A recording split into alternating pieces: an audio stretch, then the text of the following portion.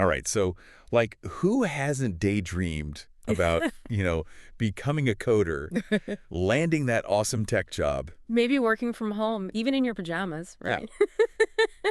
Right. It's a pretty popular fantasy, but today's deep dive, we're going to pull back the curtain a bit. Yeah. See what it's really like, especially for, junior devs just starting their journey. Yeah. And to do that, we're diving into this. Well, it's a fictional podcast episode, but it's about this junior developer, Alex. Okay.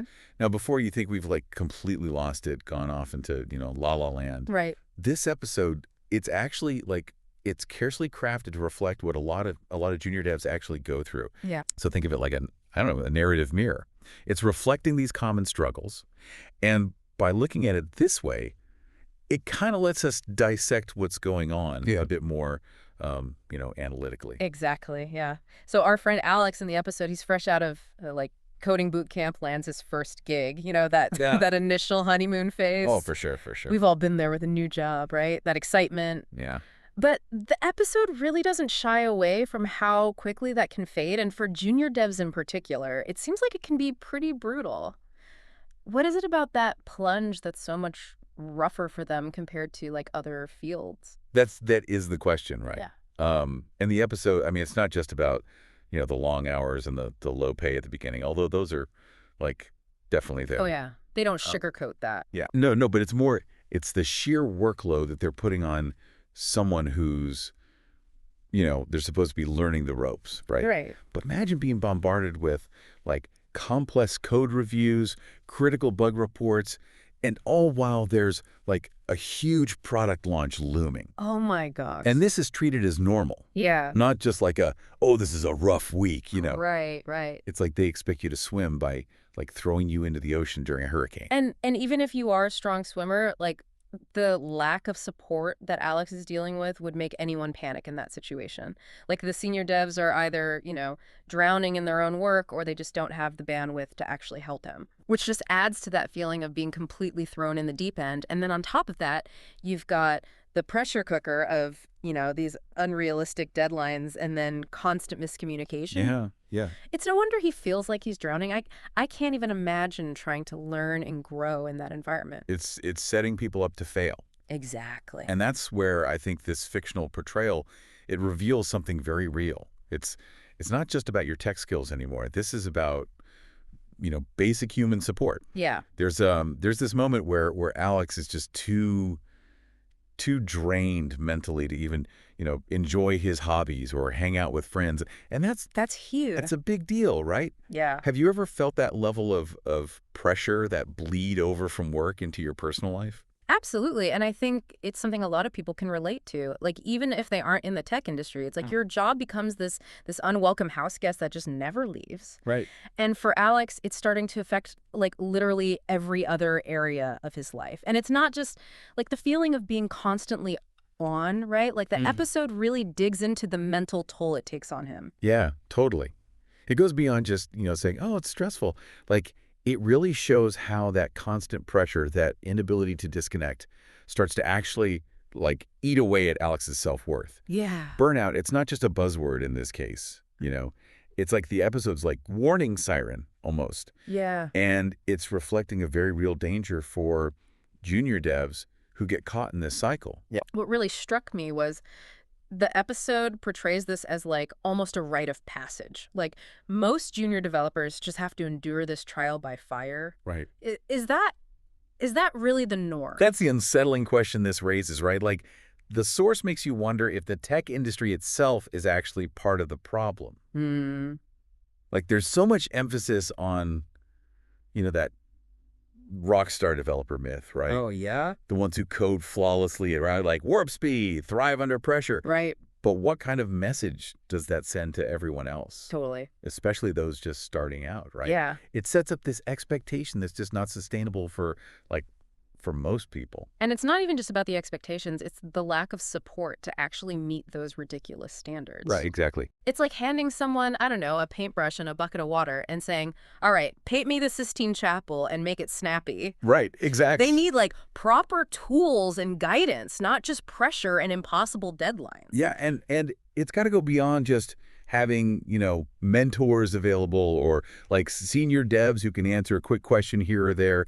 It's about actually fostering a culture where it's okay to not know everything. Yeah. To ask for help without feeling like you're going to get judged for it. Right, right. Mistakes are going to happen, especially when you're new. Of course. But they should be seen as like learning opportunities. Right. Not like career-ending failures. Yeah. You know what I mean? Yeah, totally, totally. It makes you wonder, if you were managing a team with junior developers, like what are some things you would actually concretely do to make sure that they don't end up feeling like this? Like feeling like Alex. Oh, absolutely. It's easy to get caught up in, deadlines and deliverables. Right. But creating a supportive and like healthy environment should be like job number one, it seems like. Totally. We have to remember that like we're all human, right? Yeah. And burning people out it hurts everyone in the long run. Yeah. And speaking of burnout, this episode, it does paint a pretty like stark picture of the challenges that junior devs face. Yeah. But it doesn't leave us completely in the dark. You picked up on that, that glimmer of hope that things can get better. Right, right. And that's so important because, it would be easy to listen to this and think, well, I guess being a developer means like signing up for a lifetime of this. Right.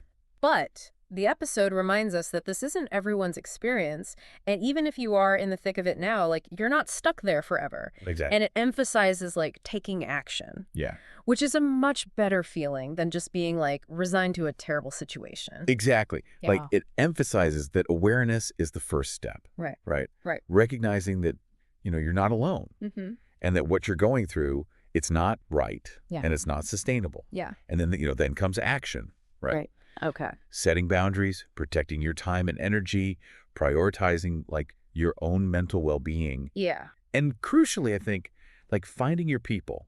Right. Finding those supportive communities, like that can be such a game changer. Oh, sure. But that's also easier said than done, right? Yeah. Especially in a high pressure environment where you might feel like you can't show any vulnerability or admit that you're struggling at all. Right. But finding even one person to talk to, like a friend, a mentor, a therapist, whatever, it can make all the difference. Absolutely. And sometimes, honestly, just having that outlet, that safe space to just like vent, to process your experiences. Yeah. That itself can be incredibly therapeutic. It's like they say, right? A problem shared is a problem halved. Right. And like when it comes to something as important as mental health, finding those lifelines, I mean, that can make all the difference. Yeah. But, the source also points out some more concrete steps that you can take to like avoid even getting to that breaking point in the first place. Right. And this is where things get really interesting. Yeah. Because it's not just about,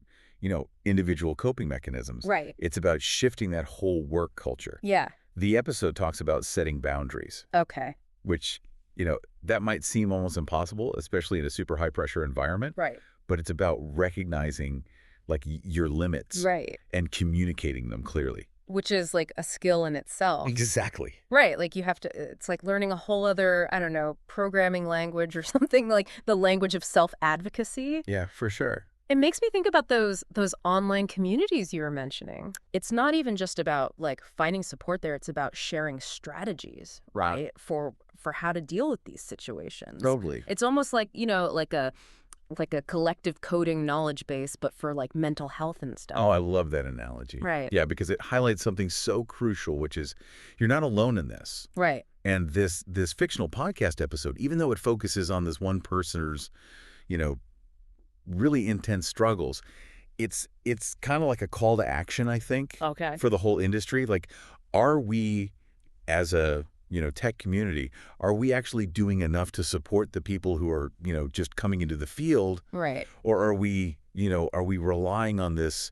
trial by fire mentality, like weeding people out instead of like lifting them up? That's the $1 million question, right? It really is. And it's something for, I think, all of us to think about, whether you're brand new to coding or you're some like seasoned tech lead. I mean, like we can't just keep hearing these stories and be like, well, that's just how it is. Right, exactly. Like it's about recognizing the human cost of these unsustainable practices and these crazy expectations. Absolutely. And it's not about, scaring anyone away from pursuing this career path. Right. It's about like, going in with eyes wide open. Yeah. Armed with like realistic expectations and some strategies for dealing with those challenges. Right, exactly. So, to our listener out there, we hope this deep dive has given you a lot to think about. Remember, like Alex's story, yeah, it's fictional, but it reflects, a very real issue in the tech world. For sure. But by shining a light on these challenges, by having, open and honest conversations, like we can start to create a healthier, Yeah. more sustainable, and Right. ultimately like a more fulfilling experience for everybody. Couldn't have said it better myself. Right. Maybe someday soon, stories like Alex's, Yeah. they'll be like cautionary tales. Yeah. Not the norm. Right. And that's a future worth, working towards. 100%.